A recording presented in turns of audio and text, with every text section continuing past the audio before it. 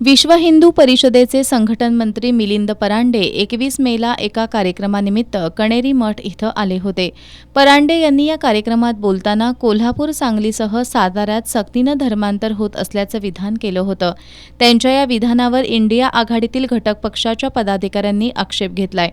कोल्हापूर, सांगली आणि साताऱ्यात अशा प्रकारे जर धर्मांतराच्या घटना घडत असतील तर त्याच्यावर प्रशासनानं कारवाई करावी. अन्यथा जर असं काही घडत नसेल तर विनाकारण धर्मांतराच्या गोष्टी बोलून पुरोगामी कोल्हापूरची बदनामी करणाऱ्या मिलिंद परांडे यांच्यावर गुन्हा दाखल करण्यात यावा, अशी मागणी गेल्या काही दिवसांपासून इंडिया आघाडीच्या वतीनं केली जातेय. यासंबंधी इंडिया आघाडीच्या शिष्टमंडळानं गोकुळ शिरगाव पोलीस ठाण्यात निवेदन देऊन परांडे यांच्यावर गुन्हा दाखल करण्याची मागणी केली होती. मात्र अद्याप त्यांच्यावर कारवाई झालेली नाही.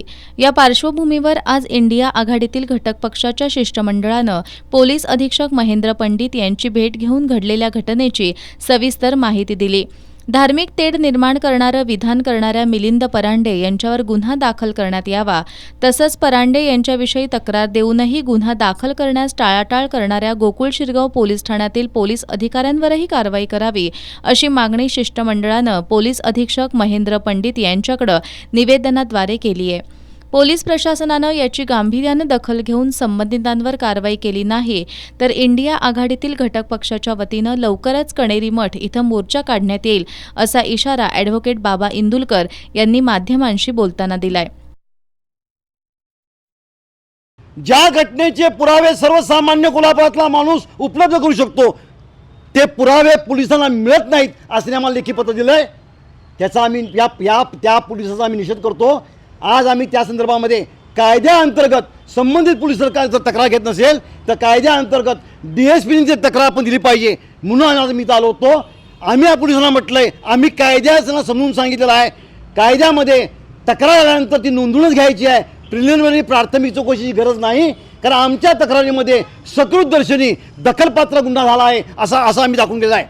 आम्ही आज DSP साहेबांना भेटलो. आमची पहिली मागणी आहे की गुन्हा हा दाखल झालाच पाहिजे. नंबर 2, ह्या गुन्हा आणि ह्या गुन्हेगाराला ज्याने सपोर्ट केला तो गोकुळ शिरगावचा जो पोलीस अधिकारी आहे त्याचं निलंबन करा आणि त्याची डिपार्टमेंटल चौकशी करा. कारण अशा प्रकारची पोलिसांमधली वृत्ती पोलीस डिपार्टमेंटला घातक आहे आणि पोलिसांना ते बदनाम करत आहे. आणि नंबर 3, आम्ही कायदा मानतो.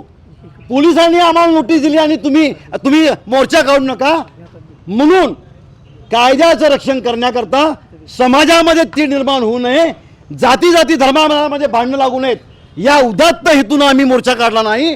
परंतु आता मात्र आम्ही ठाम आहोत. आता इंडिया आघाडीचा या प्रतिगामी शक्तीच्या विरोधात मोर्चा हा निघणारच. कोल्हापूर हे कायम पुरोगामीच राहणार. आम्ही शाहूंची नगरी आहे आणि शाहूंचे विचार जगातला कोणी जरी आला तरी आम्ही ते पायदळी तोडू देणार नाही.